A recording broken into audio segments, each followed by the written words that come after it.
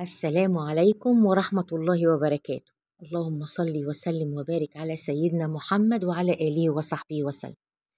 هنعمل النهاردة تتبيلة للفراخ سحرية جبارة، يعني اللي مجربهاش خسران. شايفين المنظر؟ شايفين السوا بتاعت الفراخ؟ ما شاء الله تبارك الرحمن، ما شاء الله تبارك الرحمن. يا ريت بقى نحط اللايك ونشترك في القناة. أحبكم في الله يا أحلى أخوات في الدنيا كلها. مساءكم سعادة، مساءكم فرح، مساءكم رضا من الرحمن. يلا بينا ندخل على الوصفة. أهم حاجة في الفراخ أنا عندي الفراخ بتاعتي مغسولة زي الفل. أهم حاجة في الفراخ إن احنا ننظف الفراخ تنظيف كويس. عرفنا بقى تنظيف الفراخ طبعا بالجنزبيل والملح والدقيق. عندك برطمان مقفول للكلام ده. البصل بقى نقطعه جوليان وكده بالوصفة الجبارة بتاعتنا دي. هنجيب بقى البصل، طبعا مسكنا البصل بالملح كده وهنحط عليه الفلفل، فلفل اسمر وكمون، بهارات فراخ. وانا بحب احط شويه بهارات لحمه كده برضو على بتبقى فيها قرفه كده وشويه جنزبيل كده، بيبقوا يدوا الفراخ طعم جميل. حطي التوابل بتاعتك بقى وامسكي الفراخ بقى تحت الجلد بقى. طبعا انا بمسك الفراخ بتاعتي بالسكينه واقطعها كده شرايح شرايح بحيث ان التتبيله كلها تدخل تتغلغل داخل الأنسجة بتاعت الفراخ وتشرب من التتبيل. يا سيدي بقى لو التتبيلة دي اتعملت من بالليل، طبعا ما عنديش زبادي أقف، لا طبعا جبت شوية لبن بكل بساطة وحطيت عليهم شوية خل، خلاص بقوا زبادي.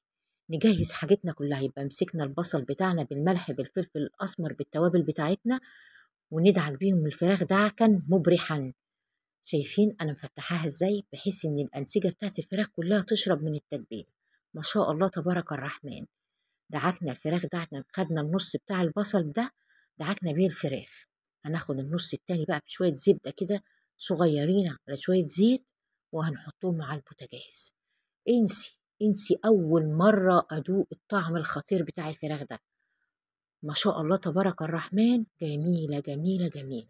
شايفين بقول لكم انا حطيت تحت الجلد بتاع الفراخ، وانت برضو بتغسلي الفراخ تشيلي المزلقة اللي بتاعت الفراخ وانت بتغسليها بالدقيق والملح، لان ده كل ده بيأثر على الطعم بتاع الفراخ. انا عايزة الطماطم بتاعتي مش عايزاها مضروبة في الخلاط، لو تديها نص ضربة في قلب الكبة. بس انا استسهلت لاني هاخد بس شوية طماطم صغيرين، فقلت ابشرهم بالمبشرة زي الكبة بالظبط. زي ما انا قلت لكم خدت النص البصل التاني اللي عليه الفلفل الاسمر والتوابل وحطيتهم حته زبده كده على البوتاجاز، وخدت الطماطم بتاعتي هحطها عليه. يا سيدي على الجمال والحلاوه. فصين توم، اوعي تنسي فصين التوم ده الني اهوت، والتاني بقى هيبقى مستوي. شايفين الجمال والحلاوه والخطيره. استغفر الله. يلا نسبح ونستغفر ونصلي على النبي. الصلاة على النبي دي دواء، دواء كده من عند ربنا.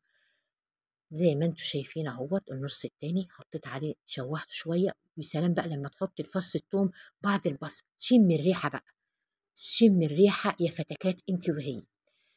شايفين بقى كده لما بجيب عردايه الطماطم الصغيره دي بتغريني ان انا اشيلها زي الطماطم الشير كده. ما شاء الله بحطها بقى كده تدي منظر بقى. هنا بقى شويه اللبن بقى بتوعي رابو، قمت حطاهم. تقولي هتحطي اللبن يا شير، الزبادي يا شيري، حطيه بس وجربي.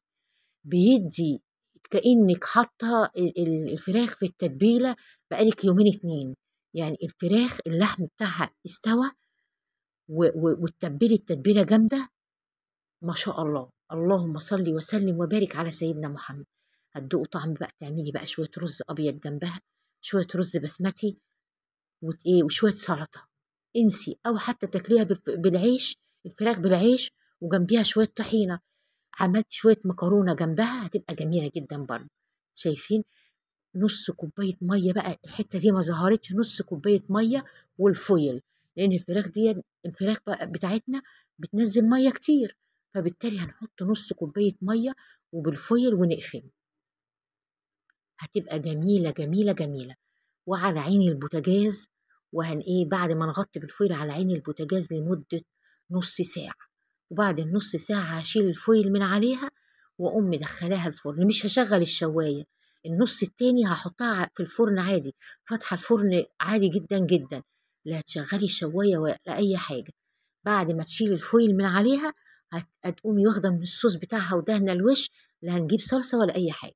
الصوص بتاعها بقى كده تاخدي من الصوص بتاعها وتدهني بس الوش كده بإيه بالمعلقة أو بالفرشة، هتلاقي زي ما هتشوفي وهي طالعة دلوقتي ما شاء الله تبارك الرحمن. ما تنسيش اللايك. هنا بقى وهي على البوتاجاز بوريكم الشكل، ما شاء الله ما شاء الله ما شاء الله. شلت الفويل من عليها، مفيش نص ساعة وكانت استوت من على البوتاجاز. قلت اديها كمان ربع ساعة تستوي في الفرن بقى. اللهم صل وسلم وبارك على سيدنا محمد. السوى كامل كامل كامل. اللهم بارك. لايك واشتراك في القناة. بحبكم في الله، يا أحلى أخوات في الدنيا كلها.